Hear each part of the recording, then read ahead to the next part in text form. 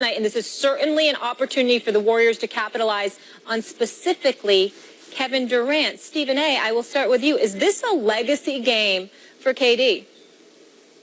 You're damn right it is. And if he plays like garbage, it is. Now, if he doesn't play like garbage, that's a different ballgame. But if he plays like garbage, you better believe it is. Max Kellerman, Molly. Yep.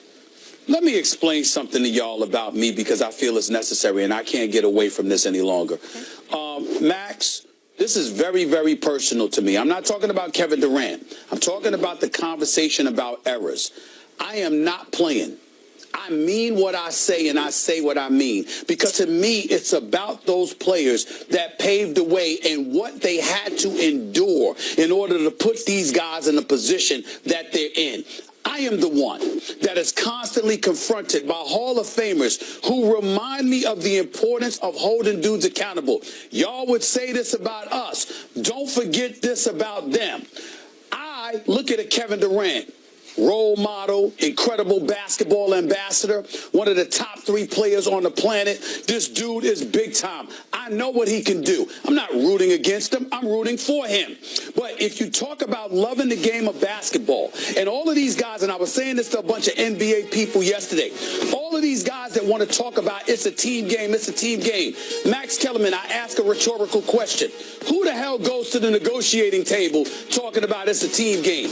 At that moment, it's about you.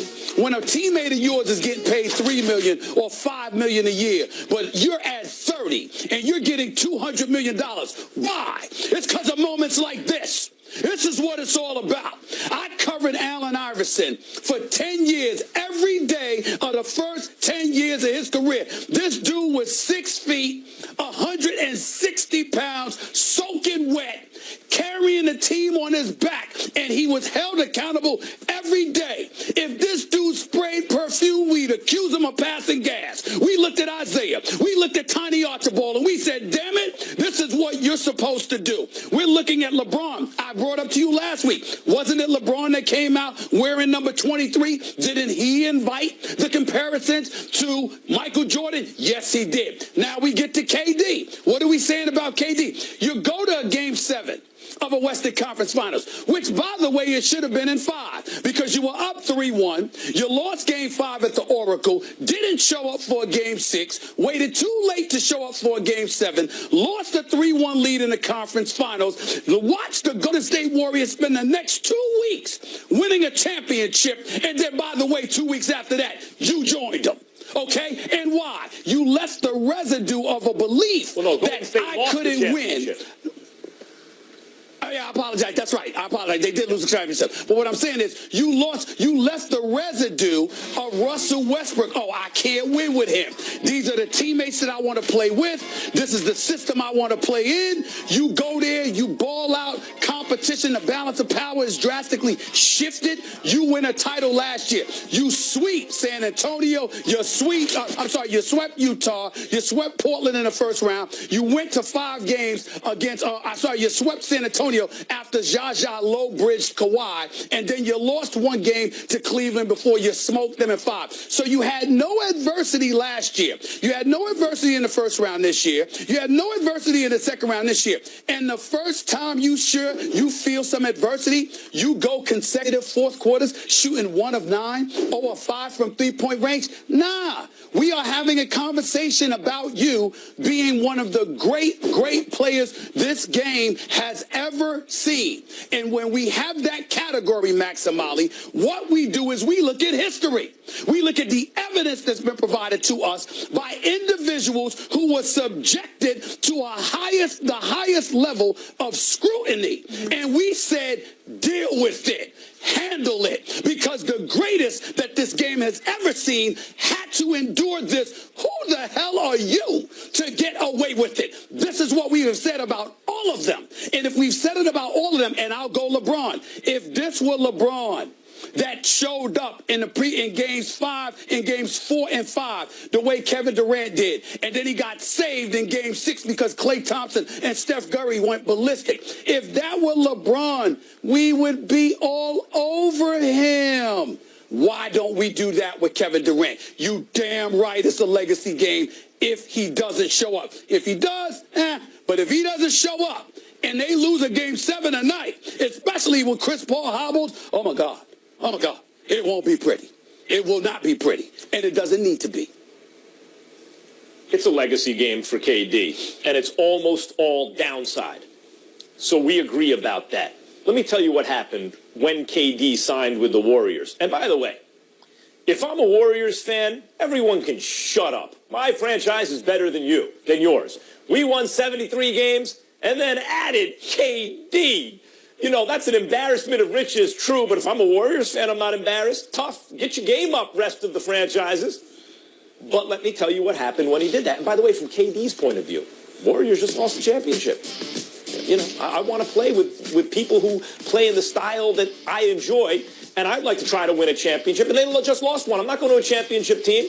So everyone can shut up, right? But let me tell you, I think that's just fine. KD goes to the Warriors. It's the weakest move ever, according to Stephen A. Smith, by a superstar. The Warriors signed KD. People can be upset about it. Boo-hoo. Everyone shut up.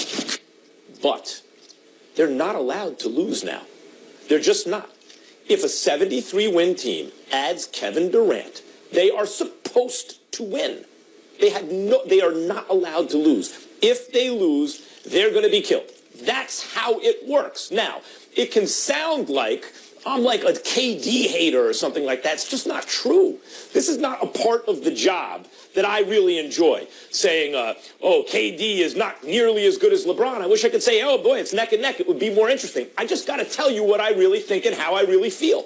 And that's what I think and feel based on the evidence. And it's not like I want to set up the Warriors or KD for failure. Because if they fail, you know, you get to come on TV and say, oh, bad KD, bad. It's not about that, man. It's just the truth. We all know. The Golden State Warriors won 72 games. They added KD. They have to win. Because and what KD did from his point of view is he sort of tried to reverse engineer greatness. Because he knows in the end, we're all counting rings. We're lazy. The details of history get lost. How many championships did he win?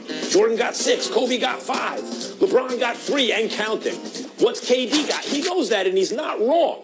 But by joining the Warriors and having essentially an unfair advantage against the rest of the world, he's reverse engineering. He says, I'm going to win championships, and I'm the best player on the team, so I get credit as the best player on a championship team. Now let's start counting rings. Okay, KD, it's slick. It makes sense. And I'm not saying that's even his only motivation, but that's part of it, right? I mean, at least it's the fact of the matter. But now you got to win. You are such huge favorites against the universe. You cannot lose. That's the trade-off. You are going to get credit for the championships. People like Stephen A. and others will come on TV when your team wins and claim that you got LeBron in certain ways in that game. There will be fewer people. There will be fewer people like me who are saying, hold on. KD had an unfair advantage. People will forget that. Stephen A., what I'm saying is that's true, and he's going to get credit for that. But damn it, if you lose, that's the way it works. You're going to get killed. He won Finals MVP last year, though, and he shut down the narrative good player without a ring. Well, he shut down that narrative. Yeah. You got to remember, he was looking for a ring and he jumped on the bandwagon. But the bottom line is nothing takes away from the greatness of Kevin Durant. You got to remember something, Molly. We're not calling him out potentially because he can't play. We're calling him out because he can. We're calling him out because he's a superstar. We're calling him out because there's expectations that come with that. If there is one thing that just nauseates to no end Hall of Famers and individuals like myself who chronicle their careers, I despise the fact when you see stars try to lump themselves in with the rest of the team. Theoretically or literally speaking, of course we know it's a team game. Of course we know it takes other parts. But when you go to the negotiating table, you are putting yourself above the crowd. You are saying, I am this. I deserve this. Everybody is not me. I am elite. Well, it's moments like this that define that. And one of the things that we both, Max, I'm going to put myself on Front Street here. I'm going to tell you where to change. In me, I got an announcement to make right here on First Take on national television right now. I'm going to tell you something that's going to change.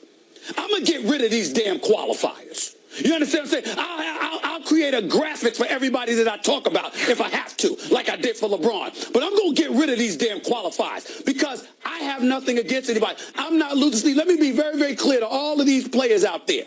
We ain't having Thanksgiving dinner together. We ain't exchanging Christmas gifts. I ain't out to hurt you. I ain't out to help you. I'm out to call it like I see it, okay? And these damn qualifiers get on my damn nerves where, oh, there's this great guy and this and that, because we got to be worried about people's feelings. You ain't playing in your bedroom or a garage where nobody's watching. There are millions of people that are watching you. We are talking about your game and your game only. Kevin Durant is one of the greatest basketball players I have ever seen in my life. In terms of talent, he could be top 10 all time, easy. But it's moments like this, you got to make sure you show up. And if you don't, Stephen A., we will be watching.